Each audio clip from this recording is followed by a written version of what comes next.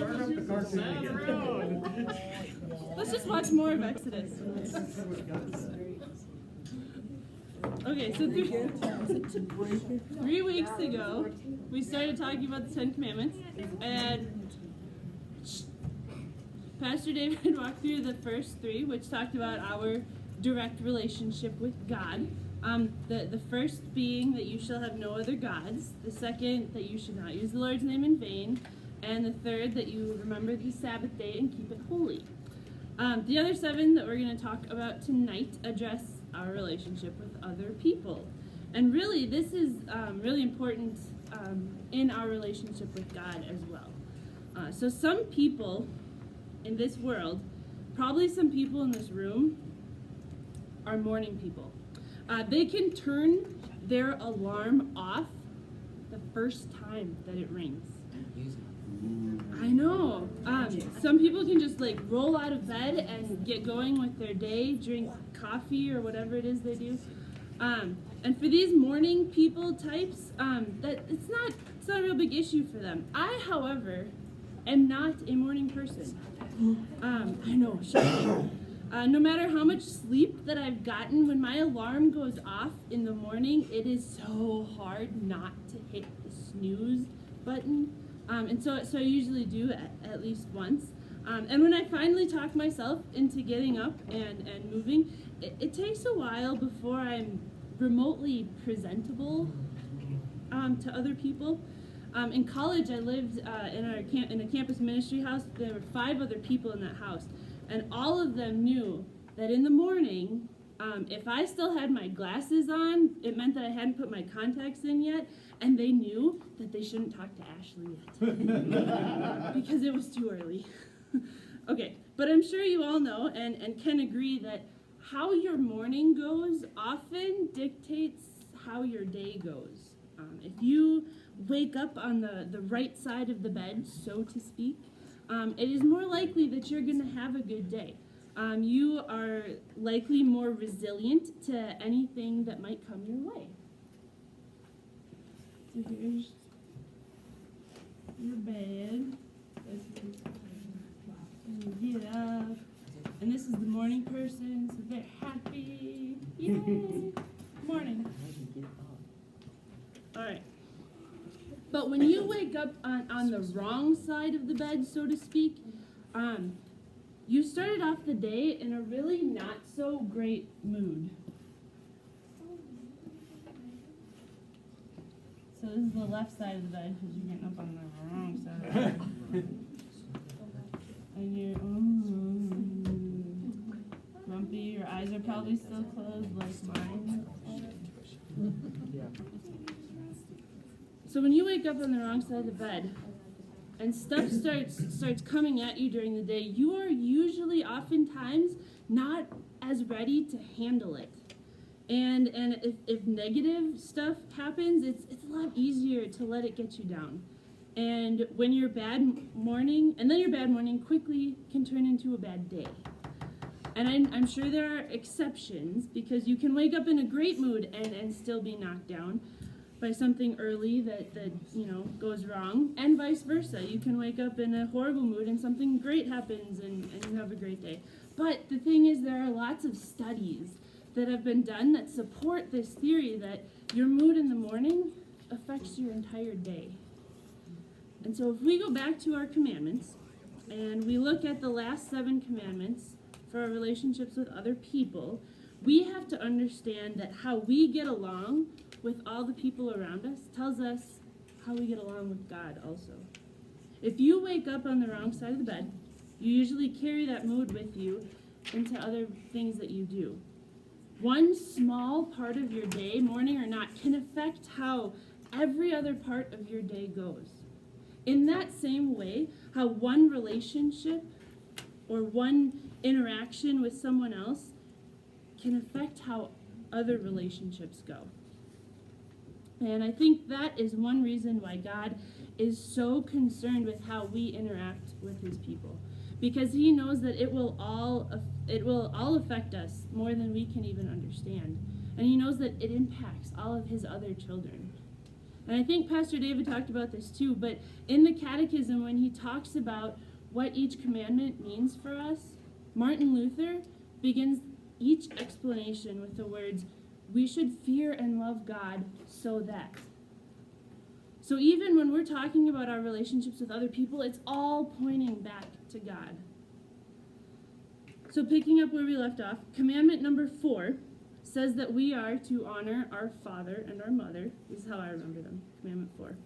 And we can dig even deeper and say that this applies not only to our parents, but to those who have authority over us. So commandment number 4.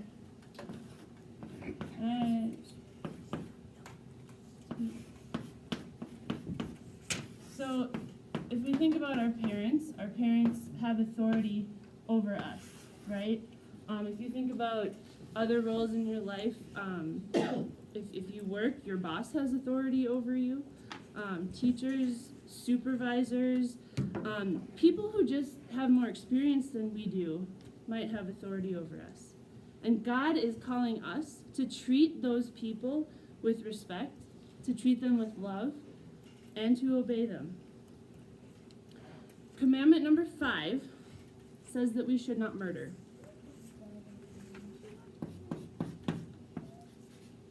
And how Lori, I know you like this. How I remember 5 is like this: we should not murder. I know it's very literal, but it helps me remember.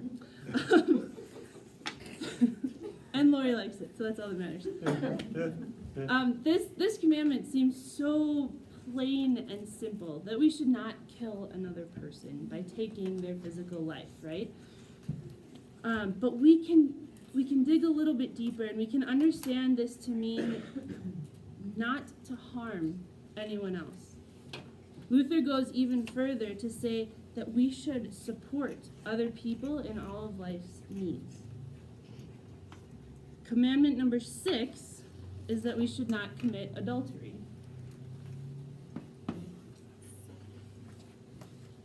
And how I remember 6 is like this.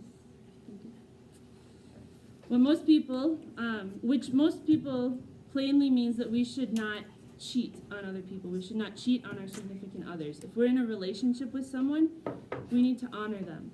If you are married, to love and to honor your spouse. And again, all of this for the sake of showing God love by treating his children with honor and respect. Commandment number 7 says that you should not steal. And how I remember that is, we got 7. This helps me. We should not take anything that doesn't belong to us, right? And included in this is not taking things in dishonest ways. Where am I? Here we go. Not stealing means not setting up like illegal or sketchy deals, or not trying to cheat someone out of something that is rightfully theirs. And then we have commandment number 8 that says we should not bear false witness against our neighbor. And how I remember commandment 8 is like this: thou shalt not bear false witness. Thanks. All right, meaning that we should not lie about people. We shouldn't be doing anything to slander other people. We shouldn't be gossiping. Even if something or a piece of something we're saying is true, if what we're saying could hurt them, we shouldn't be saying it. So what we should be doing is defending people. We should speak well of people. And so you can see I've put 5 through 8 together, and this is very unofficial. I don't, Luther doesn't say this, but I put these together because I think that these 4 commands all speak to the power that we have to hurt other people. There are very small, seemingly insignificant ways that we can do this, and there are really big, obvious ways that we can hurt people. But all of us, at some point, we have the opportunity to use our power against other people. And being that it's fall and it's bug season, it's like squashing a bug, okay? I'm not saying that squashing a bug or a spider is right or wrong. You are entitled to your own opinion on this. But when we hurt other people, we are metaphorically squashing them. Oh. So here's a little fly.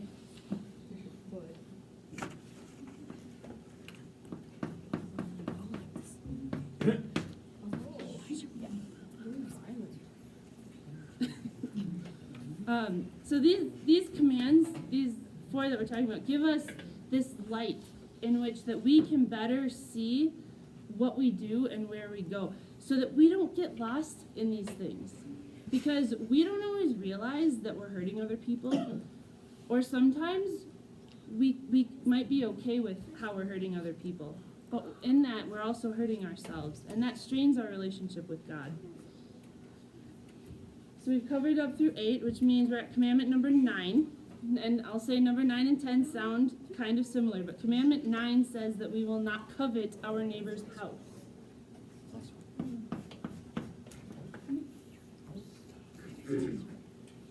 Which means not covet, meaning to want with strong desire, like to crave.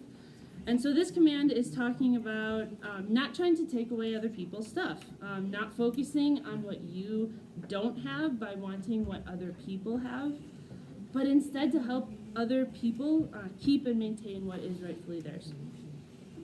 And then we've got commandment number 10, the last one, that says we should not covet our neighbor's spouse or worker or cattle, and the list goes on. Which means not trying to take living things that are other people's.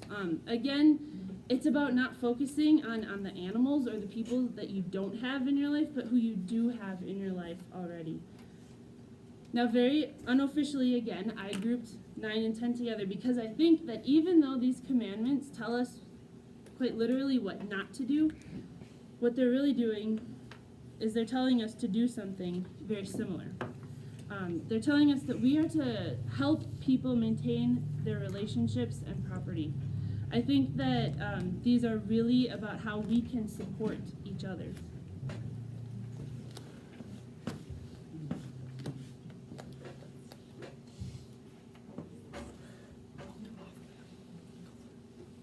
Think about that.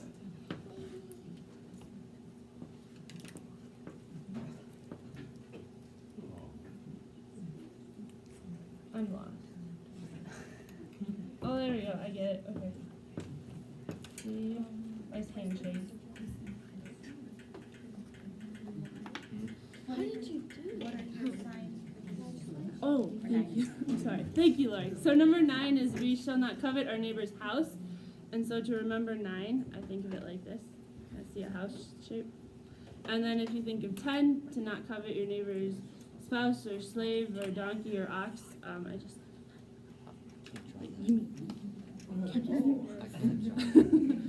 so that's how I remember the 10 Commandments. But here's the deal. We have all of these 10 Commandments, and we have them totally figured out. Like I just explained them to you all, so we're good to go now, right? Yes. Sweet. Okay, we're done. No. Okay, even though we talk about them, even though we can discuss them at length, even though we're going to talk about them for the next 30 to 60 minutes after worship, and we might think that we have them figured out, the bottom line is that we're still going to screw up. All right? We're still going to trip up, and we will still do things against these commands that we've been given, even though we know them, even though we talk about them. But by acknowledging that we mess up and by truly asking for forgiveness, we are allowing space for change within us and within our lives.